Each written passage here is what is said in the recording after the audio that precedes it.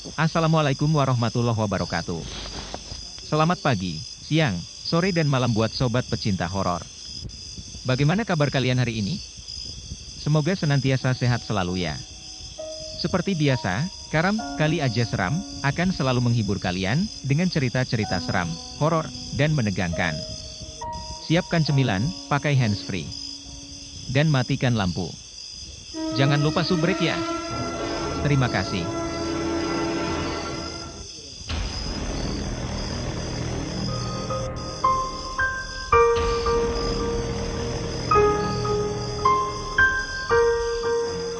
Bismillahirrohmanirrohim. Assalamualaikum warahmatullahi wabarakatuh.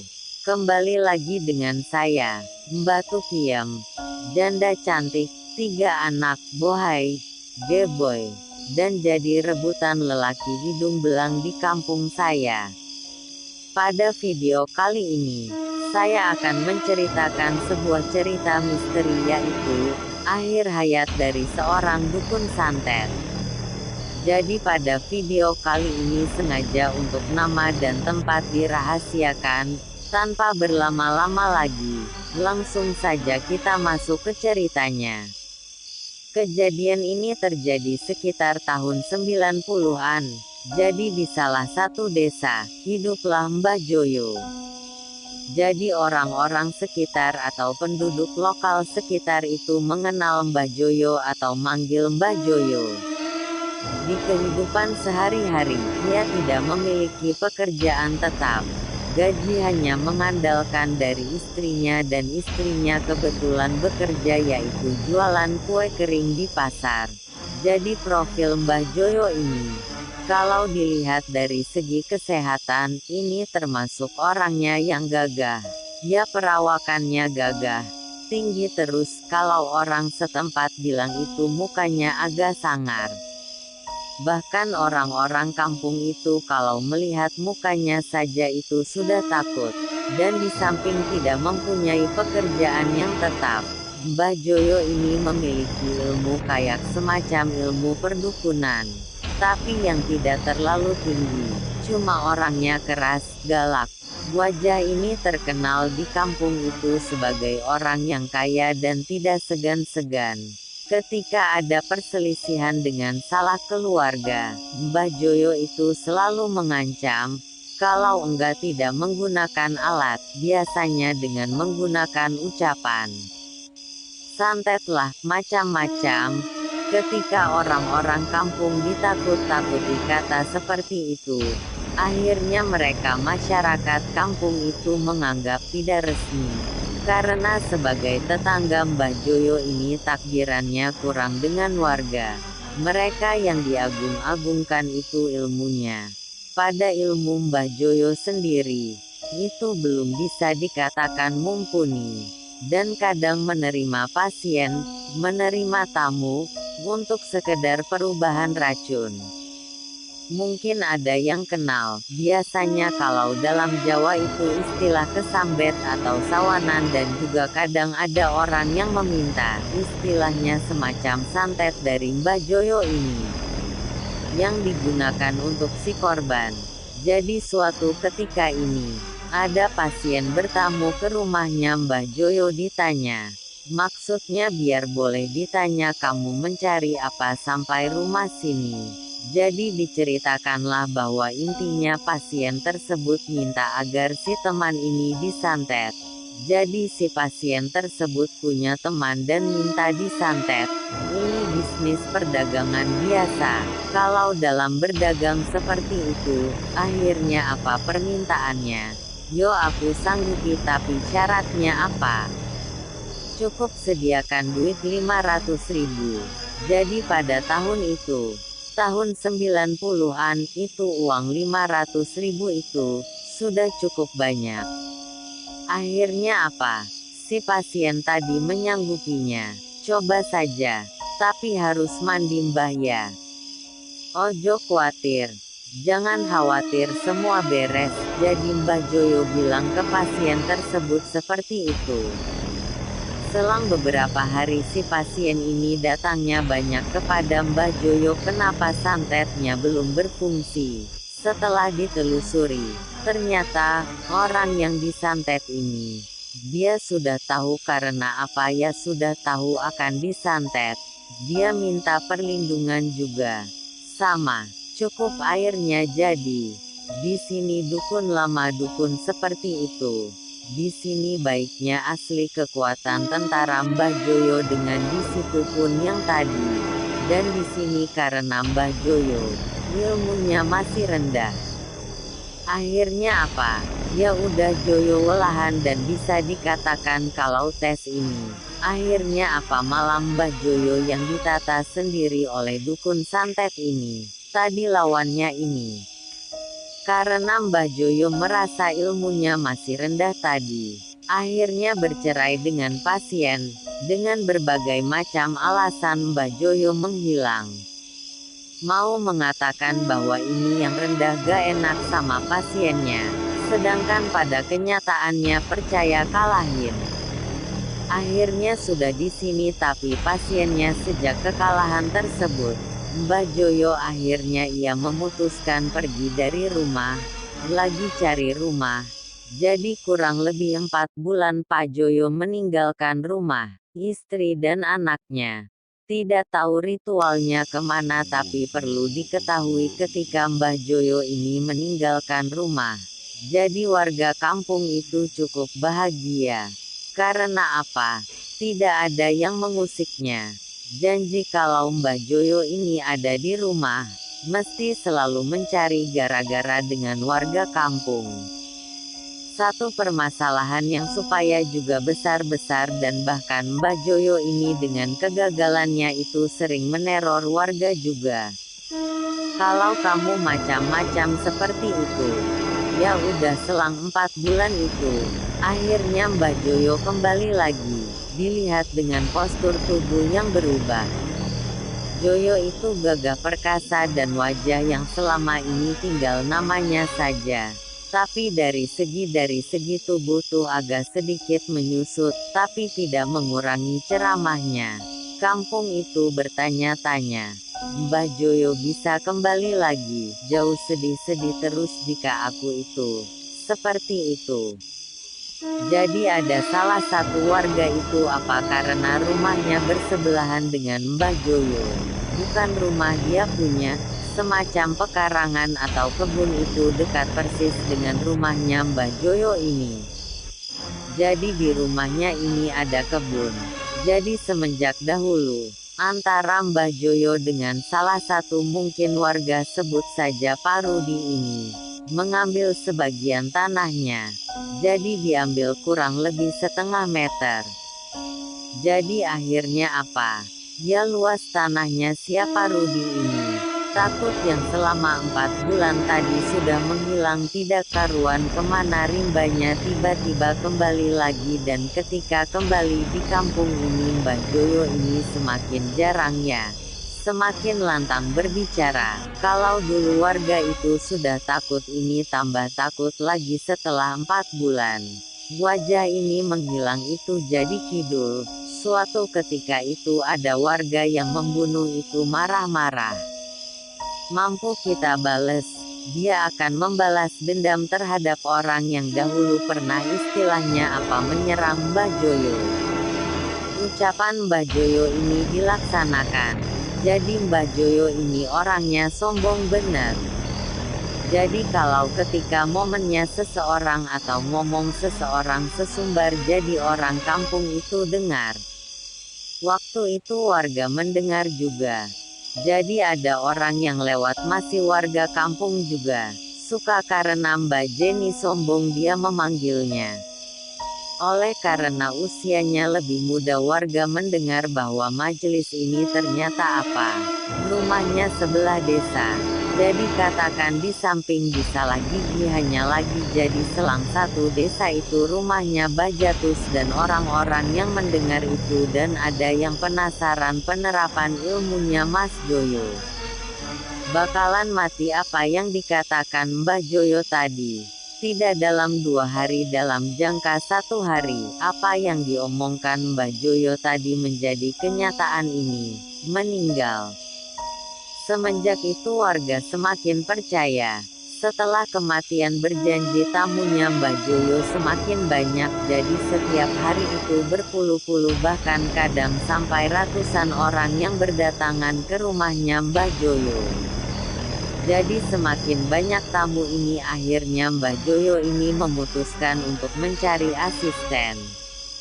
Di Mbah Joyo ini mencari orang kepercayaan yang ditugaskan untuk melayani tamu dan juga mencari pasien.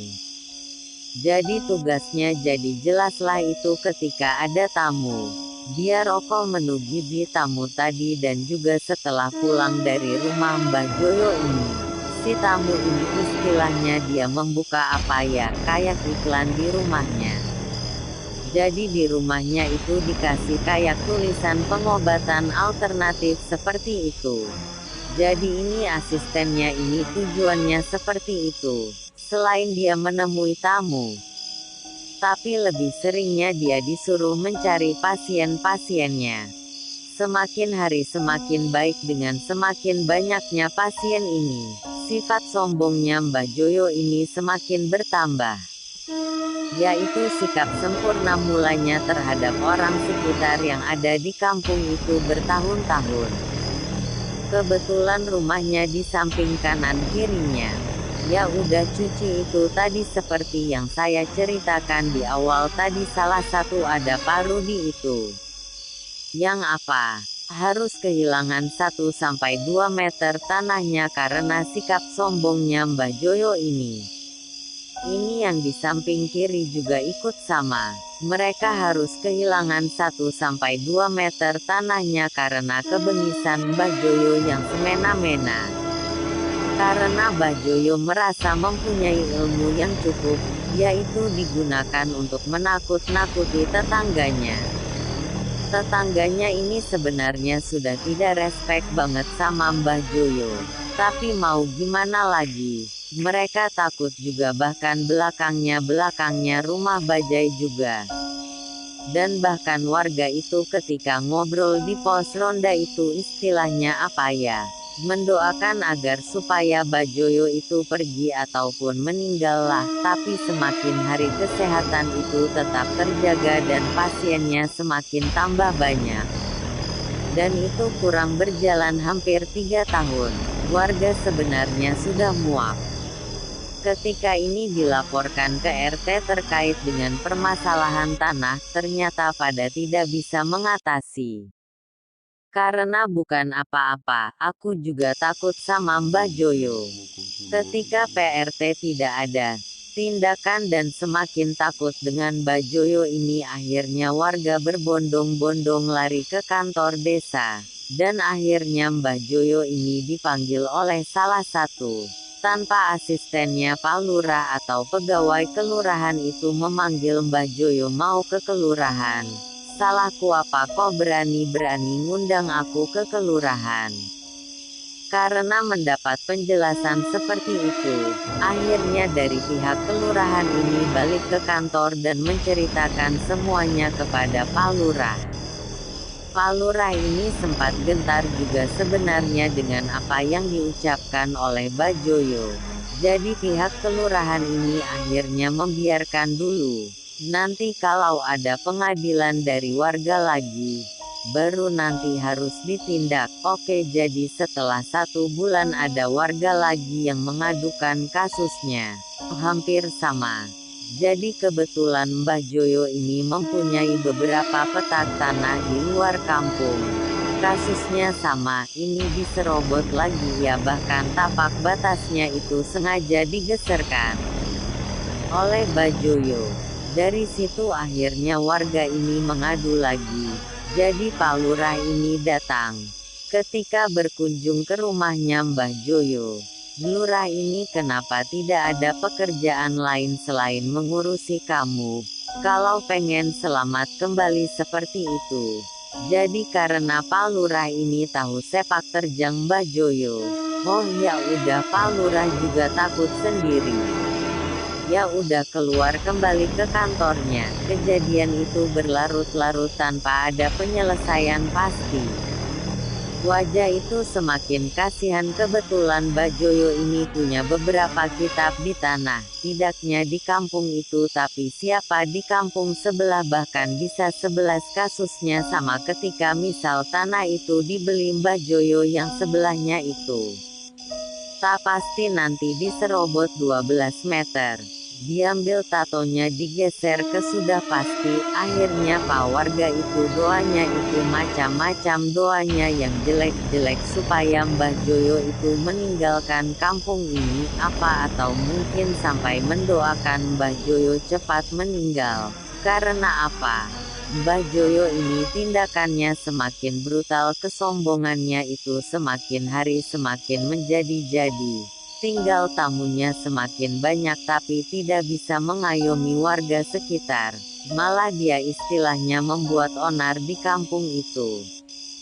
Sudah cukup lama warga, singkat cerita, Mbah Joyo ini akhirnya sakit. Warga cukup bergembira dengan sakitnya Mbah Joyo, bahkan mendoakan yang mati lekas meninggal seperti itu. Tapi 7 hari sebelum kematian Mbah Joyo ini, jadi setiap tengah malam itu Mbah Joyo itu meraung-raung. Kayak orang apa ya?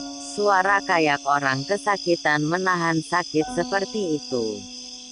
Jadi setiap hari di tengah malam sebelum 7 hari sebelum kematian Mbah Joyo ini, dia selalu meraung dan itu durasinya cukup lama. Seperti jadwal bawah nanti sekitar jam 12 mulai itu Mbah Joyo mengerang kesakitan. Seperti itu. Berhenti sebentar. Mulai lagi itu, ketika ada subuh itu baru aja itu mau menghadapi itu, jadi selama seminggu itu Mbah Joyo mengerang kesakitan. Akhirnya mengundang karena kondisi Mbah Joyo semakin kurang fit dan semakin memburuk. Akhirnya Mbah Joyo itu sering menyakiti warga kampung ini. Tapi ketika Mbah Joyo sakit itu masih ada orang yang mau menjenguknya walaupun sifat sikap Mbah Joyo seperti itu. Tapi ada warga itu yang menjenguk hanya setelah itu hari ke-7 Joyo itu menyerangnya. Mulai dari malam hari pukul 9 dia mengerang kesakitan seperti ini. Terus sampai meninggal. Sudah tidak bernafas lagi, banyak banget, akhirnya mengundang tetangga-tetangganya. Kabar kematian Mbah Joyo ini akhirnya menyebar ke seluruh desa. Bahkan bisa sebelahnya juga ikut mendengar tentang kematian Mbah Joyo ini. Prosesi pemakaman. Jadi prosesi pemakaman di situ terlihat hitungannya cepat. Biasanya kalau orang meninggal di sebelum subuh paling lama jam 10-an selesai. Karena sikap gotong royong warga sibuk di Indonesia ya, ada kesan kejadian ganjil. Ketika tanpa prosesi pemakaman, warga yang mengangkat jenazahnya, yang ngangkat kerandanya ini, itu kan biasanya kalau mengangkat itu orang Pak. Itu sudah orang 6 itu. Masih payah gak kuat katanya. Berat, ditambah lagi sama itu kejadian aneh. Pertama, jarak rumah sampai makam itu kurang lebih 400 meter berjalan. Diiringi tetangga-tetangganya. Juga kejadian anak kedua, ketika mayat ini dimasukkan ke liang. Tidak muat panjangnya. Padahal di situ biasanya warga situ kalau ada orang yang meninggal itu, mayatnya diukur dulu.